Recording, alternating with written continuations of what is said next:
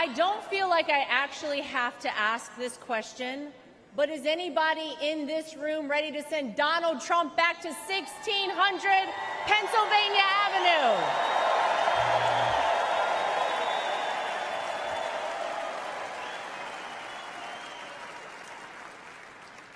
Well, it may not be a surprise that I actually had a very different speech that I was prepared to give up here tonight. That all changed at 6:11 on Saturday evening. Nothing prepares you for a moment like that. Our family has faced our fair share of death threats, mysterious powders sent to our homes, tasteless and violent comments directed towards us on social media, but none of that prepares you as a daughter-in-law to watch in real time someone try to kill a person you love. None of that prepares you as a mother to quickly reach for the remote and turn your young children away from the screen so that they're not witness to something that scars the memory of their grandpa for the rest of their lives. The prayers and well wishes we've received over the last 72 hours have been overwhelming, to say the least.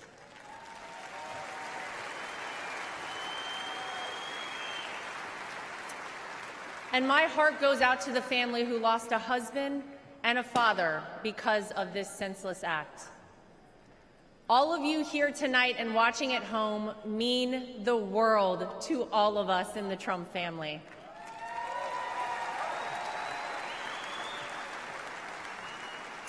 If Donald Trump has shown us anything, it's that when it feels impossible to keep going, those are the times we must keep going.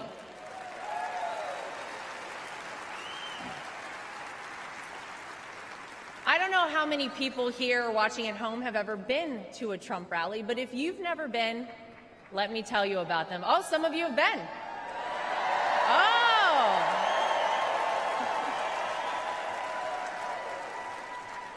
Regardless of how the media have painted these rallies, you would be hard-pressed to find and to join a happier group of people coming together over their love for the greatest country on earth, the United States of America.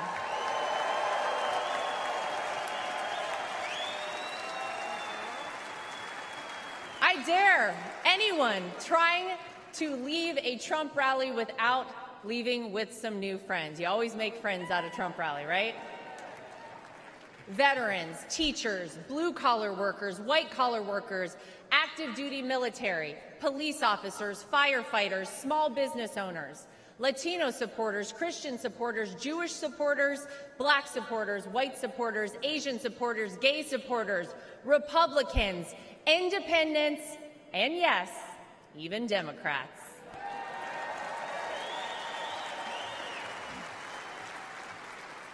At a Trump rally, you're not viewed as your profession, your religion, or the color of your skin. You're viewed as one thing: an American.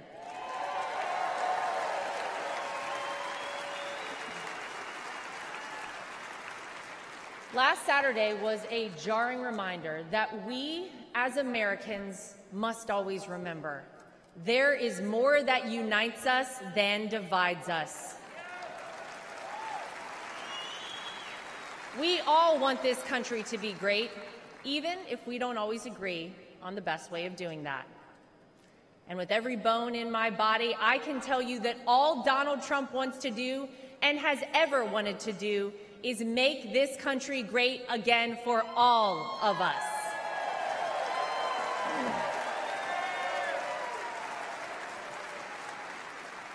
Proverbs 28 reads, "The wicked flee, though no one pursues, but the righteous are as bold as a lion."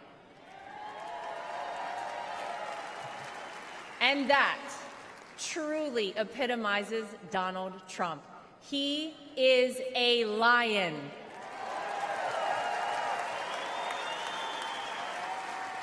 He is bold, he is strong, he is fearless, and he is exactly what this country needs right now.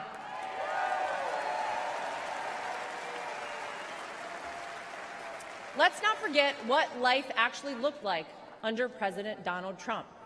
Trade deals across the world that benefited our economy, allied countries paying their fair share,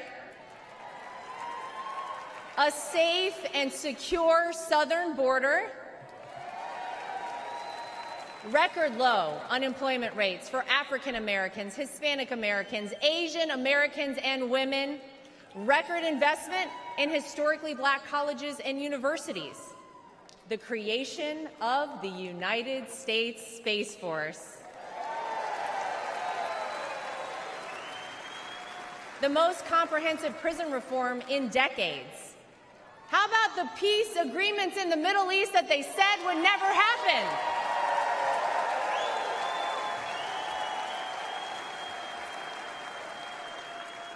The largest tax cuts in American history, our energy independence,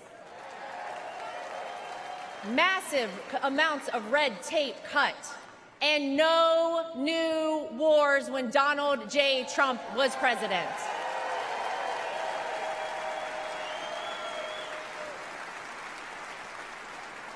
Maybe, most importantly though, you could actually feel it in your everyday life. Now, you didn't have to love everything that he tweeted, but you cannot deny you were better off when Donald Trump was in office. Americans were finally able to start saving money. Home prices were affordable, and gas hit a low of $1.87 a gallon.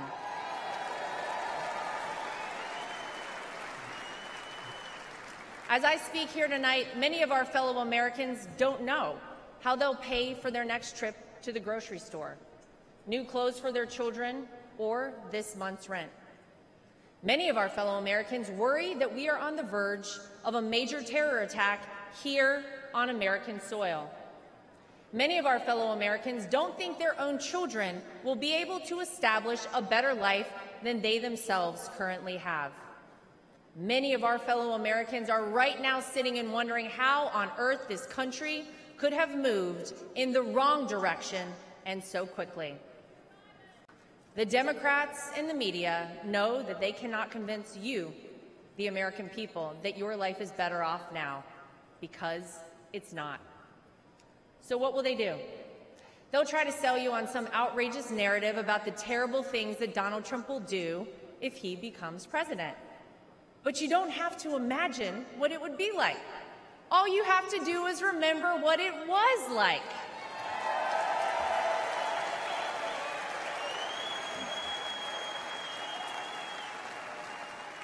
I know. Oh, yeah.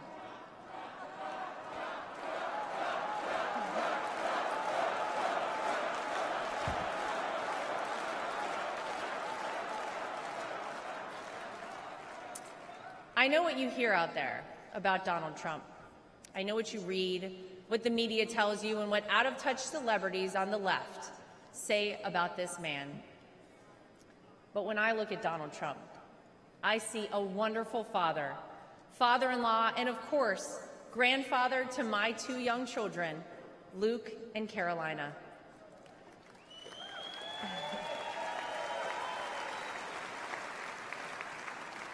I know that I'm lucky enough to get to call him my father-in-law and see him a little differently than all of you.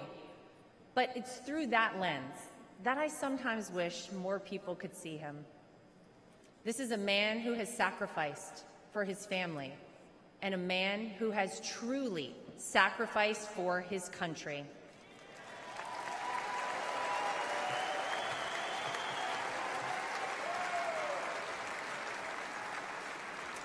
Donald Trump didn't need to run for president for fame or money. Trust me, we all know he already had plenty of that. I'll tell you why he did it and why he continues on, even in the face of the unthinkable. Because he loves this country.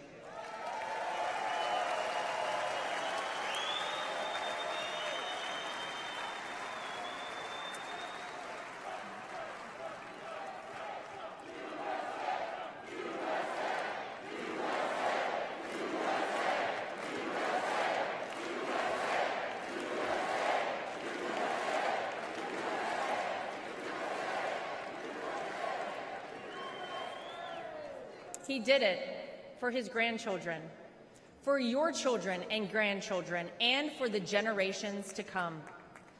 I have seen this man dragged through hell and back, in and out of courtrooms, indictments, impeachments, mugshots, and even an assassination attempt. And yet, he has never backed down.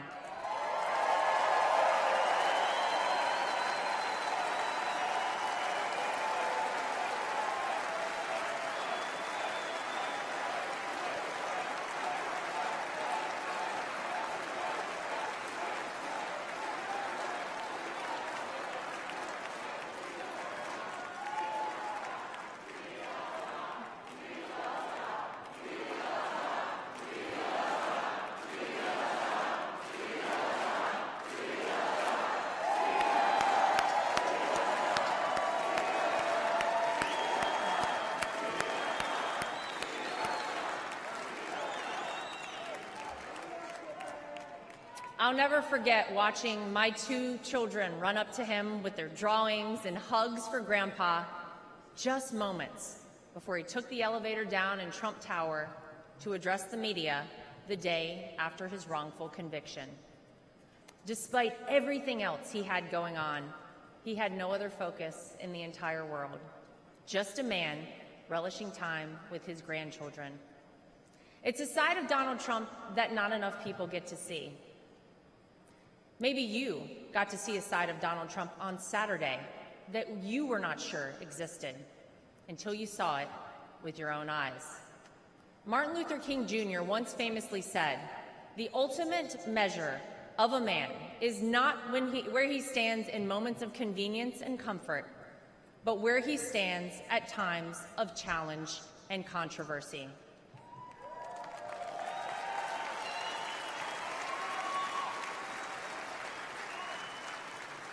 There's no doubt that Saturday was one of the most frightening moments of my father-in-law's life. Millimeters separated him from life and certain death.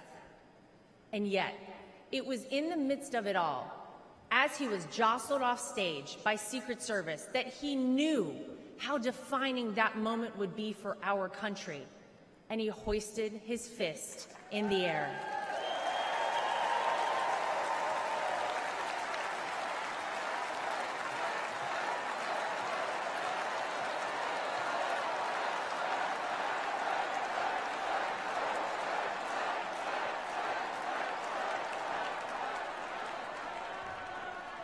It was not just for the audience at the rally, not just for his supporters tuning in, but for all of America. And as a signal to the world that no matter what, America will always prevail.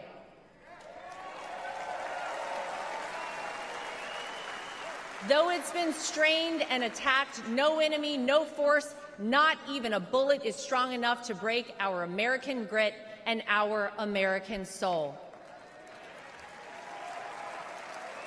We are the country whose founders gave their fortunes, freedom, and lives to pursue the dream of a free society. We are the country of Thomas Edison, Susan B. Anthony, Henry Ford, and Harriet Tubman. We are the country who fought and won 2 world wars. And we are the country who always rises to meet the moment, no matter how insurmountable the task. And in that split second, on Saturday, Donald Trump reminded us all of that very history and who we are at our core as a nation. That is the Donald Trump that I know.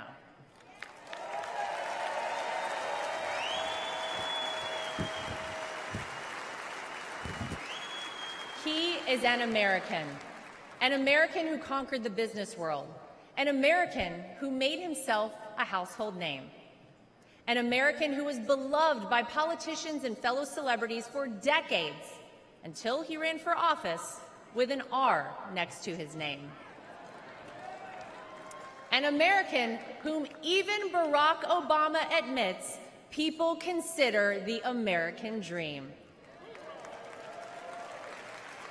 And instead of sailing off into the sunset after an illustrious real estate and television career, he decided to give back. He decided to bring some of the things that had made him so successful in life to all of you in order to improve the lives of all Americans. Black, white, brown, gay, straight, all Americans, because that's the man that Donald Trump is.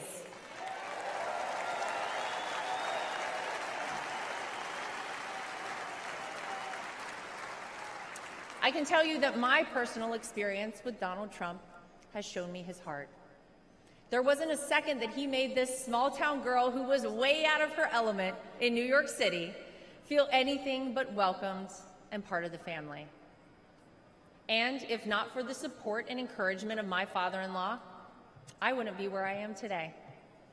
It's been said by many that Donald Trump sees things in people that they don't even recognize in themselves. In 2016, when he asked me to help him win my home state of North Carolina, I'll be honest, I was terrified. I had no idea how I would make it happen, but he knew I would, and I did. When I was given an opportunity to join a television network as a commentator, it was the push and support of my father-in-law that gave me the confidence to take that job. Always the first one to call or text me after a TV hit and tell me, "Great job, keep going." Not bad, right? Or even a few months ago, when he called and asked me to be the co-chair of our party,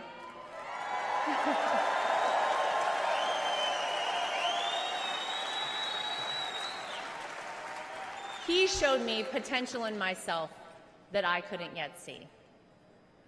So tonight, to my father-in-law, I want to say thank you.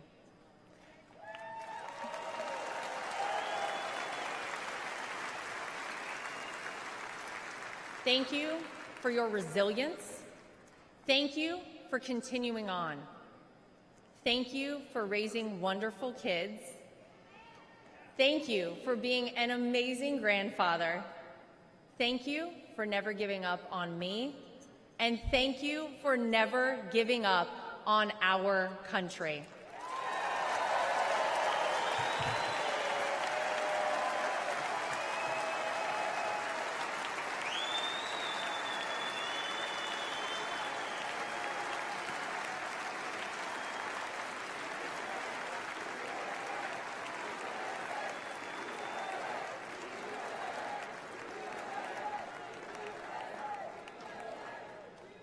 Tonight, I come to you, not as the co-chair of the RNC, not as the daughter-in-law of the candidate. Tonight, I come to you as a mom and as a citizen of this country. For those of you watching who have never voted for Donald Trump, I know what the media and his political opponents have tried to tell you about this man. Believe me, I have seen and heard it all, but I have also seen the truth. I am proud to know Donald Trump, to campaign for him, to vote for him, and to raise his grandchildren.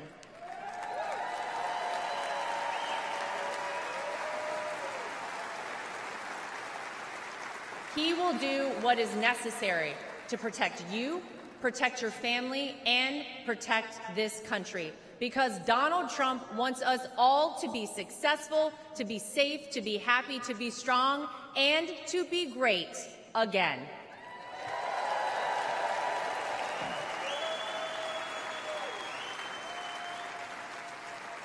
Tonight, I'm asking you to vote, not for the Donald Trump you see flashed on your TV every day, splashed across the headlines. Tonight, I'm asking you to vote for the Donald Trump that Luke and Carolina call Grandpa. I'm asking you to vote for the Donald Trump that my husband Eric calls Dad. I'm asking you to vote for the Donald Trump that I call my father-in-law. I'm asking you to vote for the Donald Trump who can and will make America great once again for all of us. Thank you. God bless you. God bless the United States of America. We love you. Thank you, guys.